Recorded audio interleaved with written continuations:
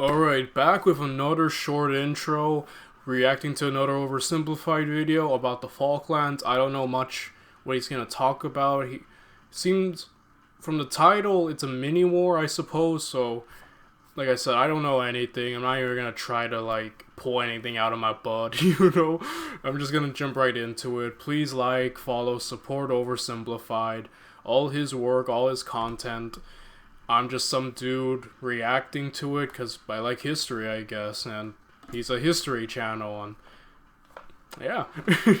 So without any further ado, let's just get right into this. Let's watch Oversimplified The Falklands.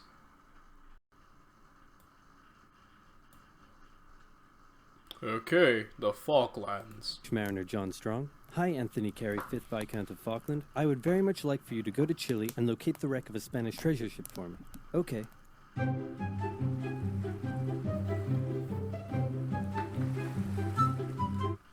Hey, I found some islands.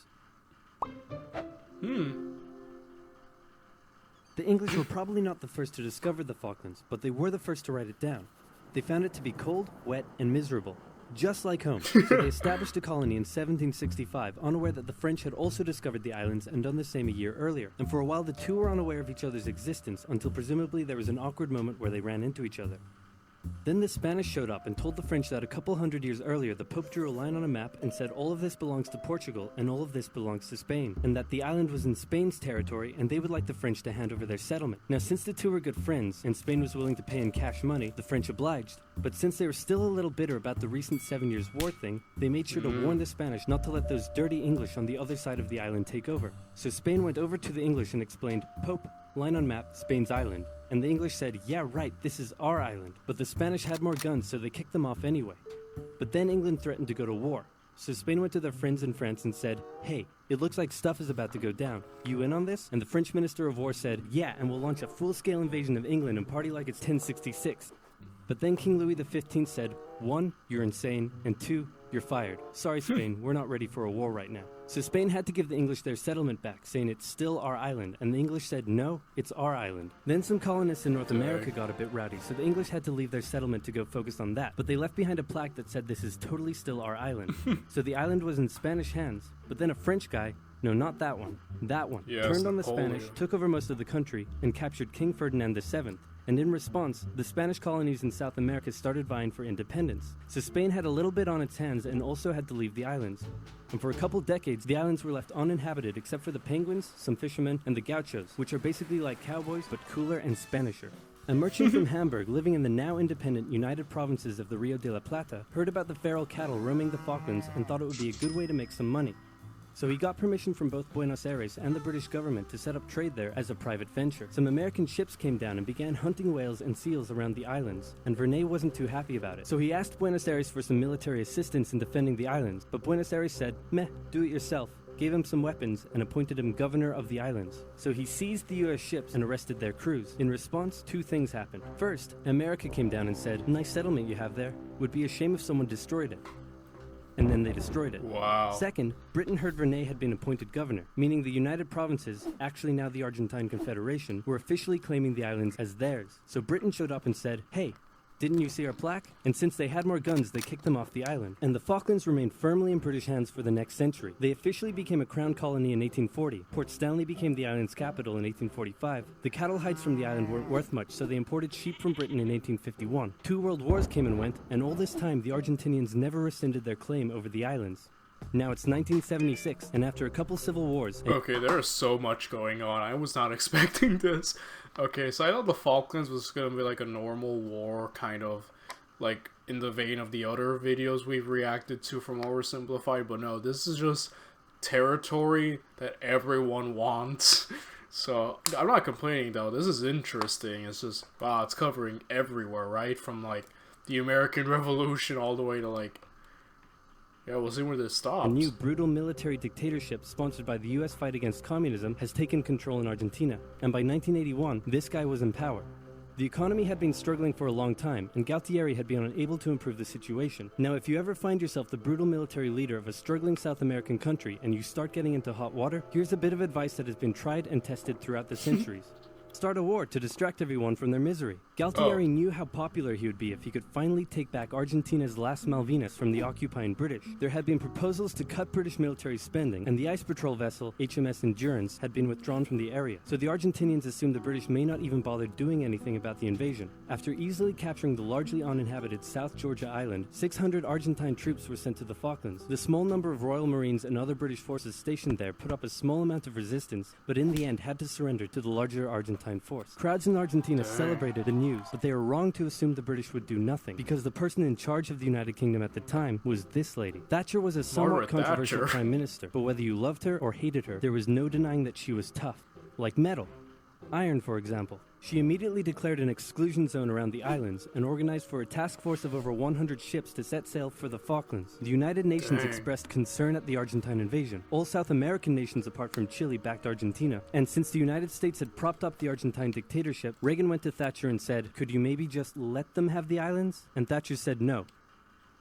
Okay, here, have some weapons. Fighting a war over 8,000 miles from home was a logistical challenge for the British. They requisitioned civilian cruise ships and containers, and they used British-owned Ascension Island as a forward base. By the time they arrived at the Falklands in May, the Argentine forces had had time to entrench themselves. The first task for the British was to gain control of the seas, which they did easily. On the 2nd of May, a British submarine sank an Argentine cruiser. The sinking was controversial, as it occurred outside the British exclusion zone. It was also the largest loss of life in a single incident during the war.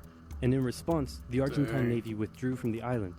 The next task for the British was to gain air superiority. While the Argentine Air Force controlled the skies, they were able to inflict considerable damage on the Royal Navy below. Days after the sinking of the General Belgrano, 2 Argentine super-étendards carried out a raid on the HMS Sheffield and sank it with an Exocet missile. For weeks, the Argentine Air Force would continue to carry out raids and inflict heavy casualties on the Royal Navy, with British Sea Harriers doing their best to take out as many of the Argentine aircraft as they could. While the battle in the skies raged on, San Carlos was chosen as the best landing site for the British ground forces. An SAS raid took out Argentine defenses on Pebble Island, and the HMS Alacrity sailed through Falklands Sound to flush out any Argentine supply ships. The landings began on May 21st, with Argentine aircraft carrying out full-scale raids on the task force ships taking part.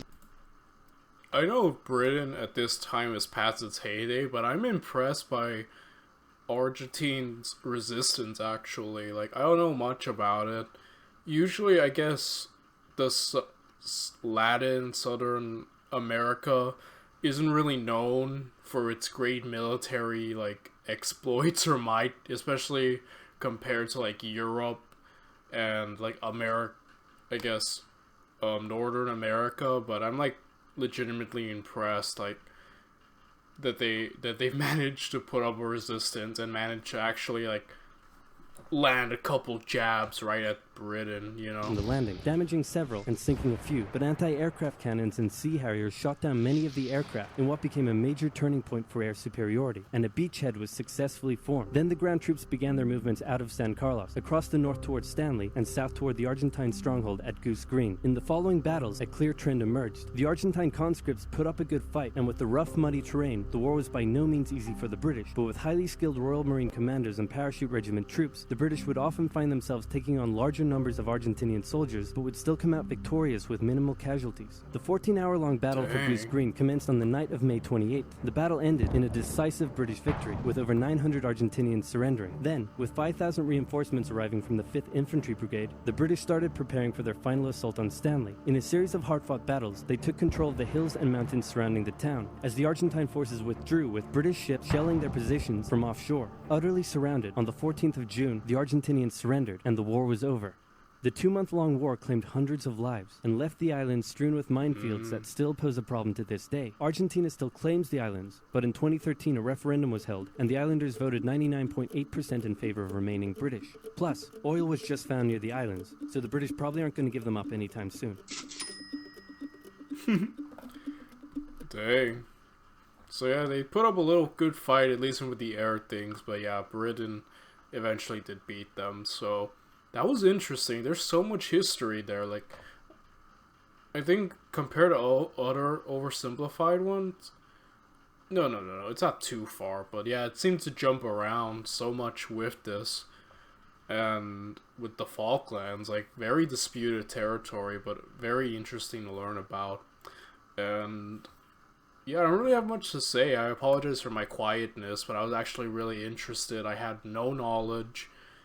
like I mentioned in the intro, but yeah, it was cool to learn about. So that's about it, guys. I'll see you all next time.